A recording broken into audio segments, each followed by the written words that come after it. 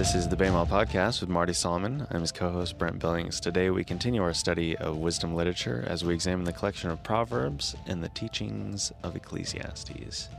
And believe it or not, we're joined once again by Kevin Luo. I have snuck my way back in. How do we let this keep happening? The magic of recording ahead of time. Man, it's unbelievable. Might have to lock your doors next time. Kevin never left. Kevin never left. Yeah, so we've been talking about wisdom literature. And what did we say we were going to call that last time, Kevin? Wisdom literature. So we're going to call it...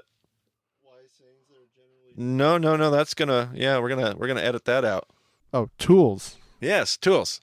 So we got some tools for our journey. We got tools as we're stuck in the redemption cycle, which is kind of where we've been. We've been through, Judges was the redemption cycle, but really all of history that we read about is just God's people stuck in the redemption cycle. What history are you talking about, Marty? History? How did we get here?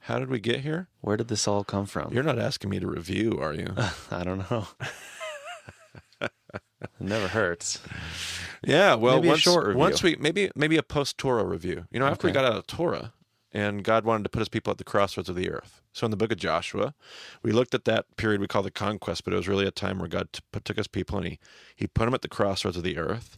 And then as we looked at the book of Judges, it was this nonstop cycle. Now, a lot of people called it the sin cycle, but Brent, you and I talked about it's a horrible way to look at it. Super depressing, because you could also look at it from the other direction. Instead of looking at it from the sinfulness of man, you could look at it from the patience, long-suffering, loving kindness of God. And so we call it the redemption cycle, because the book of Judges is just full of God's people trying to figure it out. Towards the end of the book, they even become the anti-story with that, the story of the Benjamites and how it kind of mirrors Sodom and Gomorrah we looked at. But the story still wasn't over at that point. We went into the period of the kings, and the people asked for a king, and there were some issues with that, but God said the problem is that you want a king that looks like everybody else. Well, I'll give you the donkey herder king you're asking for. So we talked about Shaul. We talked about David, a king after God's own heart. We talked about Solomon, who had a lust for empire. And we talked about Samuel and Kings being one source of this story. We talked about Chronicles being another source of this story. And after Solomon, what happened to the kingdom, Kev? It's split. So the kingdom of Solomon is split. Rehoboam and Jeroboam. Everything kind of begins to devolve into a mess. We have our bright moments. There's a handful of kings that seem to do things the way that God wants, but most of the kings just don't trust the story, and they're trying to build their own empire. And we really have devolved into an anti-story at this point. And so into that mess, the prophets are going to come into that mess. But before we go to the prophets, we wanted to pause, because a few of those kings that we looked at, namely David and Solomon, David and Shlomo, are going to be credited with the work of the wisdom literature. And we called this wisdom literature tools, Kevin told us. That if we're going to make it through this redemption cycle, the mess that is life, we're going to need some tools to help us do that. And so last podcast, we talked about the Psalms. And one of the tools that we're going to need is we're going to need song, because we've got to keep singing. Sometimes singing is a discipline. Sometimes singing is a joy. Sometimes singing erupts from inside of us because we just have to give expression. And sometimes we don't feel like anything, and sometimes we sing, and sometimes we don't even sing and other people sing for us, but we have to keep singing because song is one of those tools. We have to keep singing if we're going to trust the story.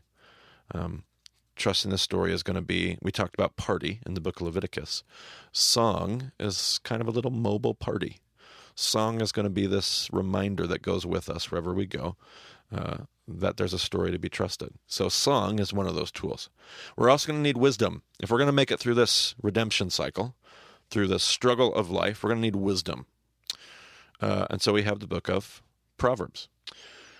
Proverbs, typically attributed to Solomon. Even some scholarship is going to say that Solomon compiled this 31-chapter work that you have in your Bible. But it's really not designed in any particular way, at least that I've been able to figure out. Some sections are just collections, it appears. The Proverbs of Solomon, my NIV Bible will say. And these Proverbs are these little nuggets of wisdom There's not a huge podcast here for Proverbs. Proverbs are pretty straightforward. A lot of people really like the book of Proverbs. Either one of you guys really love the book of Proverbs? I could take it or leave it. Take it or leave it? It's all right. Well, that sounds really sacrilegious, but I Sorry. can understand what you're saying. Because I'm not going to leave it. I'm taking it for sure. I mean, so, I'll use it, and I'm just digging a hole for myself. Right now. yeah, no more podcasting for you. He's going to leave it. Yeah, No, I'm just this kidding. is officially the end of Kevin on the podcast. I think you said that last time. Yeah, I can definitely appreciate that. I remember I had a couple accountability groups in my ministry like 12 years ago. And two of the guys that I had this accountability relationship with they loved the Proverbs. And I could appreciate that because Proverbs are just straightforward wisdom. Just here's a little black and white nugget that's just full of wisdom. Now, the thing about that, the Proverbs is they're not comprehensive in their wisdom. What is that we call Proverbs, Kevin? Call them wise sayings that are generally true. Yeah, it's one of my favorite things to call it. It's a wise saying that's generally true. What we mean by that is there is a lot of cases where a proverb is not comprehensively true. A proverb has all kinds of wisdom in it. It expresses something that is absolutely generally true and full of wisdom, but there's always exceptions to the proverb, which is important because you need to know that before you go basing you don't go writing doctrinal statements out of the book of Proverbs, if that makes any sense, because there's going to be an exception to almost any proverb that you can find. Go ahead and you have some examples, Kevin, you found there in the book of Proverbs? Yeah, I was cruising through, and we got Proverbs 10:3. The Lord will not let the righteous go hungry, but he denies the wicked what they crave. Okay, so the Lord won't let the righteous go hungry. He denies the wicked of what they crave. That's good wisdom. It's true. Like if we follow the ways of God, if we're righteous, if we're generous, if we're compassionate, God's going to take care of us. That's wisdom. But can you say that without a doubt, Brent, that's always been the case? God's never let the righteous go hungry. Yeah, I mean, there are definitely some periods of time where people have gone without food. Yeah, and the wicked, well, they always. I mean, how did it word it, Kevin? What was the last line there? But he denies the wicked what they crave. Yeah, the wicked are always denied what they crave, right, Brent? Oh, well. It's a wise saying. Is it wise? Does it have wisdom in it? Absolutely. Is it always true without exception? Absolutely. That's not how a proverb functions. Do you have another one, Kev? We have the classic, the way of a fool is right in his own eyes, but the wise man accepts advice. Yeah, all wise men always accept advice. Definitely a good proverb, but I've known some wise men. Now, I get it. Like, well, if they didn't accept advice, they're not very wise. Yeah, that's true. That's true. But I have known wise men who don't always accept advice well. So one of my favorites, Proverbs 20:21, an inheritance quickly gained at the beginning will not be blessed at the end. I like that. That's good wisdom. I mean, typically somebody who comes upon an inheritance, like just drops into their lap, they get the phone call someday, so-and-so left you an inheritance of $3.4 million. I didn't plan on it. It often isn't dealt with well. That kind of, I won the lottery. This proverb is most definitely generally true. But is there no example of a place where an inheritance quickly earned? Of course not. This is just the nature of Proverbs, and it's helpful to remember that before you go making huge life decisions based on some assumption that there's no exception to the rule. It's just how a proverb works. It's what a proverb is. We call it proverbial wisdom is the statement that we use. So second observation, there are some great sections in Proverbs. One of the great themes is the dance between two women, the two women of Proverbs in chapters 1-9. Proverbs contrast wisdom and temptation as two women. The ancient rabbis and the more mystical traditions have always seen Lady Wisdom as synonymous with Torah. Torah as wisdom for the more mystical traditions. And they teach that wisdom, Torah, was there at the creation of the world, and this has eternally existed with God. If we don't get too hung up on the semantics here, we might see a great parallel between this teaching and the opening paragraphs of the Gospel of John, maybe. In the beginning was the Word, and the Word was with God, and the Word was God. This idea of wisdom. So the book of Proverbs will even end with the famous Proverbs 31, the biblical wife passage. So one mystical take on the book of Proverbs is that the Proverbs, this entire book of wisdom, is a dance depicted by allegorical women. There's the adulteress of foolishness and folly, and then there's lady wisdom, obedience, Torah, just wisdom in general, and these women characters that end up portraying both those things. So that's a possibility. By the way, one of those famous verses, that famous section I just referenced, the Proverbs 31 woman. I would recommend one of my favorite sections. There's been a lot of great sections written on that. One of my favorite is actually by Rachel Held Evans in the book, The Year of Biblical Womanhood, which was not my favorite Rachel Held Evans book, but it was, that chapter was one of the best chapters on Proverbs 31 that I had read. Really good. She talks to a lady rabbi who speaks to her about Proverbs 31. This is just really good. But finally, just the last little bit about Proverbs, there's some very, very useful themes that kind of run all throughout the entire book. I remember when I went to Bible college, I usually have really critical things to say about Bible college. I'm going to throw Bible college some love today. Shocker, brace yourself. But in Bible college, one of the assignments that still impacts me today, when I was a freshman, was I had to go through the book of Proverbs with, I think, 7 different colors of highlighter. And I had to find 7 different themes, and I had to find every proverb that fit that theme, and I had to highlight it. And I just found some really good themes. Wealth and riches, Proverbs 10:4. Lazy hands make for poverty, but diligent hands bring wealth.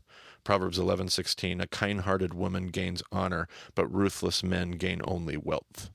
Wealth and riches. There's themes about family. A wife of noble character is her husband's crown. A disgraceful wife is like decay in his bones. Proverbs 12:4. There's Proverbs 14:26.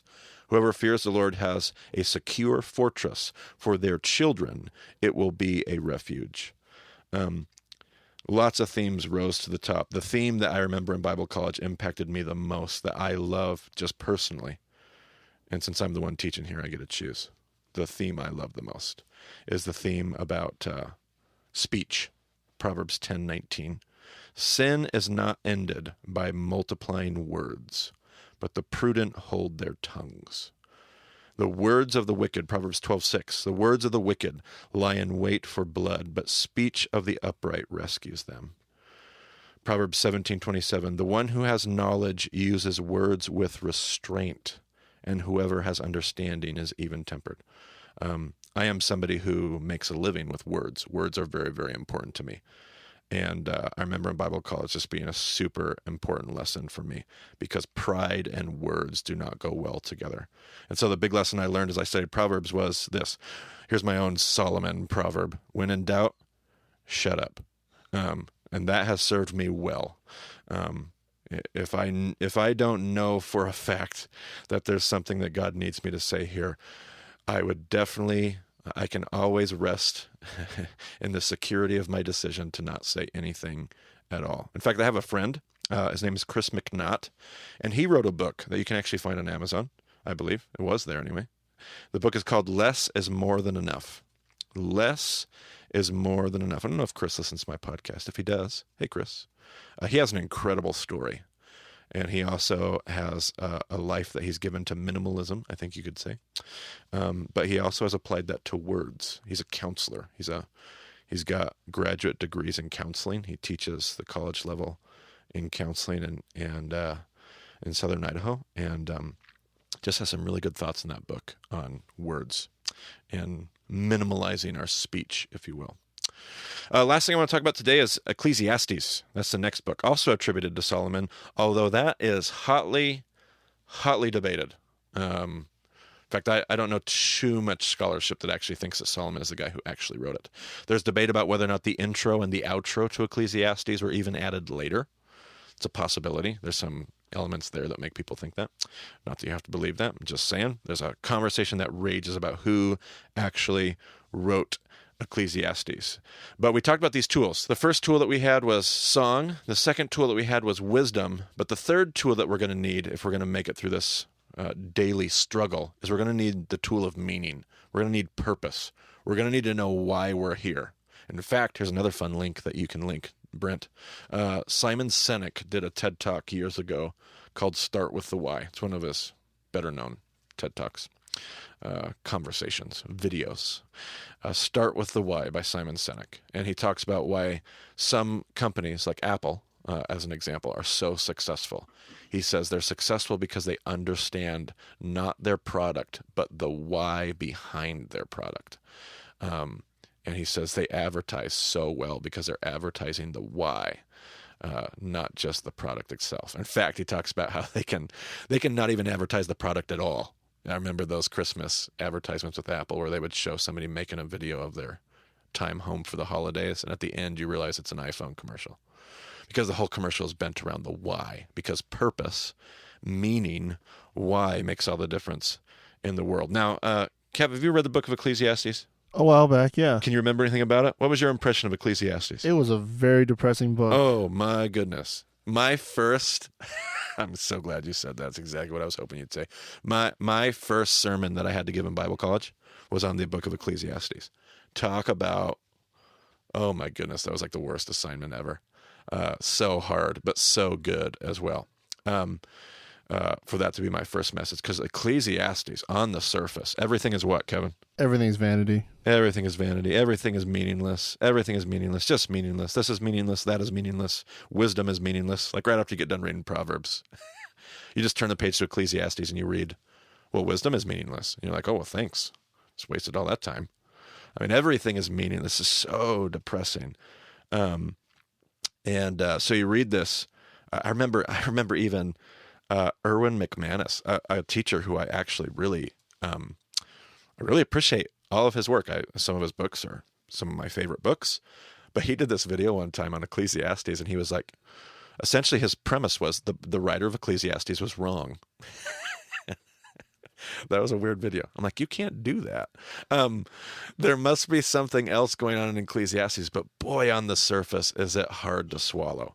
And so one of the ways that's been taught to me, I remember it being taught to me in Bible college, is Ecclesiastes is kind of like this little bait and switch. It's meaningless, it's meaningless, it's meaningless, it's meaningless. It's showing how everything is meaningless. And then at the end of the book, the author flips it on its head and then says essentially, but with God, everything has meaning, which I think is completely and totally accurate. I think that's definitely one way you can read the book of Ecclesiastes. I think on the surface, the book definitely does that. Well, relationships are meaningless. Work is meaningless. Wisdom is meaningless. Everything you could possibly think of is meaningless unless you have God in the middle of it. And if God is powering it, well, all of a sudden everything, work has meaning, wisdom has meaning, relationships has meaning, everything all of a sudden has meaning. So that's one way you can look at it. But I think in wisdom literature especially, there's even more layers taking place here. So, Brent, I think you have Ecclesiastes 7. First 4 verses there. Read us Ecclesiastes 7, 1 through 4. Kevin, listen to this and give me your thoughts on this, okay? A good name is better than fine perfume, and the day of death better than the day of birth. It is better to go to a house of mourning than to go to a house of feasting, for death is the destiny of everyone. The living should take this to heart. Frustration is better than laughter, because a sad face is good for the heart. The heart of the wise is in the house of mourning, but the heart of fools is in the house of pleasure. How's that hit you, Kev? I don't want to go to any of those things. It's not what I would do. It's more of that really depressing stuff, right? Like the day of death is better than the day of birth. Seems really heavy-handed, right? It starts off so nice. A good name is better than fine perfume. It's like, yeah, okay, yeah. And it goes downhill. Yeah, exactly. Like the whole thing seems really heavy-handed. Is this like really how we're supposed to understand the great teacher of Ecclesiastes? Well, one of the first things we need to remember is that this doesn't appear in a vacuum. The chapter breaks aren't there. So if you really want to do something, pause this podcast and read Ecclesiastes 6 and 7 all together and see how this section lands in the middle of that conversation. Because the middle of this conversation, and I'm not inferring that there's a chiasm. I have not been able to find one yet. I kind of want to, but I can't make it work. But this diatribe that we're reading here, it comes right in the middle of a section where the author is trying to decide what is going to be left after he's gone. Like the author saying, like, when I'm all gone, here's the problem. When I die, everything gets passed on. Nothing remains. Like, what's going to remain after I'm gone? And in the middle of this whole diatribe, he says, go ahead and read that passage one more time for us, Brent. A good name is better than fine perfume, and the day of death better than the day of birth.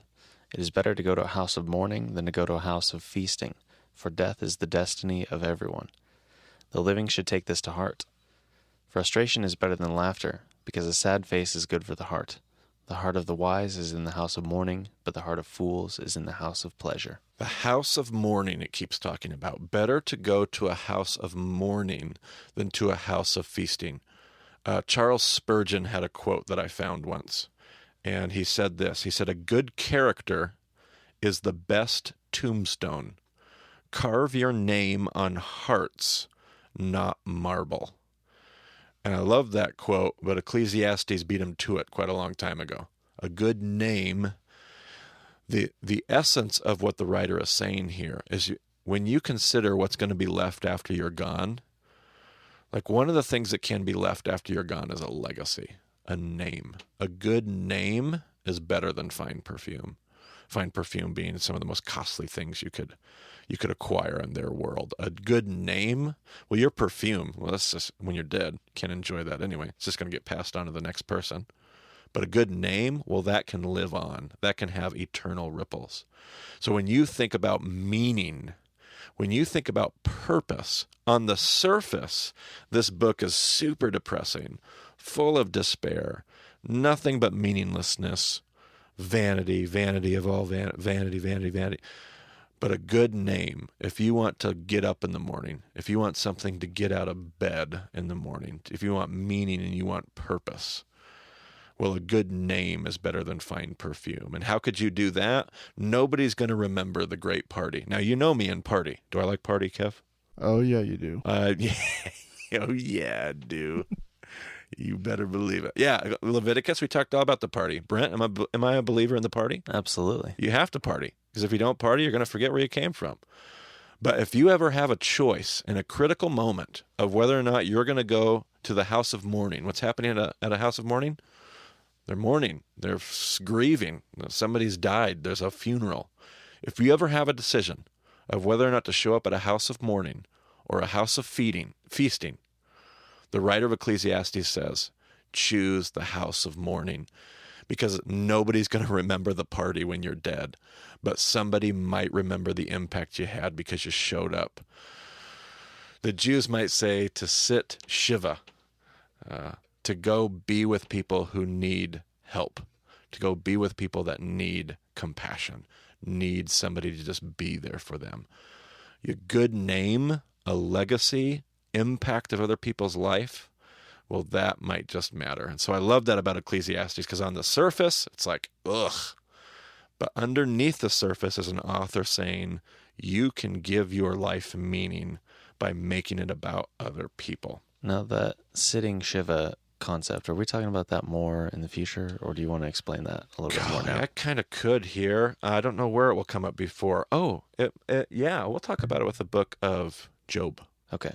We'll bring that up again. Well, yeah, that'll be coming. Great. Short little explanation. It's the idea of coming with somebody who's in grief. And in the Jewish world, we need to learn from this in our culture. You sit Shiva by just being there for the person. You don't talk. That if you talk, you're not sitting Shiva. Sitting Shiva is where you just come and you're just there. And if they want to talk, you can talk. But if they don't, in fact, there's a little Numa video by Rob Bell. You could put a link to this if you want, called Matthew. It's all about death and grief and just the idea of sitting Shiva. So that would be a great way to look at it. So I can recommend that. Good question. Meaning. Where does real meaning come from? Understanding our why. And we've said it before, it's not about self-preservation. It's about what, Kev? Not self-preservation? Living for others. Self-sacrifice. Self-sacrifice. Yeah. So there you go. Meaning and purpose found in the same exact things we've been talking about since podcast 1 and 2 of session 1. Showing up in Ecclesiastes. There you go. So you said that Ecclesiastes is debated as to whether or not Solomon Proverbs are the entirety of Proverbs attributed to Solomon? Not at all. In fact, I don't even think even conservative scholarship or Bible teachers do that. He's attributed to compiling them. He probably wrote some of them. He might even wrote a lot of them. Who knows? He might have wrote none of them, but he definitely was given. He's usually traditionally given credit for compiling all of the Proverbs. He went out and found them, put them all together. Are there in-text attributions like you find in the Psalms, like this is a Psalm of David? Is there that with Solomon? There are some subtitles, and as far as I know, they're not based on anything in the text, hence in the text. But in your English Bibles, you'll have subtitles. Now, like I said, there should be no bearing of that being rooted in the text anywhere, but there might be some marginal notations in manuscripts that I'm not aware of. But no, not like you have in the Psalms. The Psalms are nice in that way. In one way, they're not, because we still don't know if it's a Psalm of David or a Psalm for David. The Hebrew doesn't clear that up. So there's even that conversation. But we do have the Proverbs of Solomon for about, let's see, it goes from about chapter 10 through chapter 22, and then there's a few more towards the end. Now, did he write all those, or did he compile them? Yeah, it's a great question. But he's the guy that put them all together at the very least. Or so tradition says. Either way, more useful tools for our journey. And we were told he was a pretty wise guy. Wisest guy to ever live on the face of the earth outside of Jesus. All right. Well, if you live on the Palouse, we hope you join us for discussion groups in Moscow on Tuesday or in Pullman on Wednesday. You can get a hold of Marty on Twitter at Marty Solomon. I'm at EIBCB. Kevin's at SComment821. Be sure to reach out with him and say how much you enjoyed having him here with us. It's a pleasure to be here. You can always find more details about the show at BMADiscipleship.com. Check out our Bama Discipleship Facebook page. Marty's always posting great stuff on there. And thanks for joining us on the Bama Podcast. We'll talk to you again soon.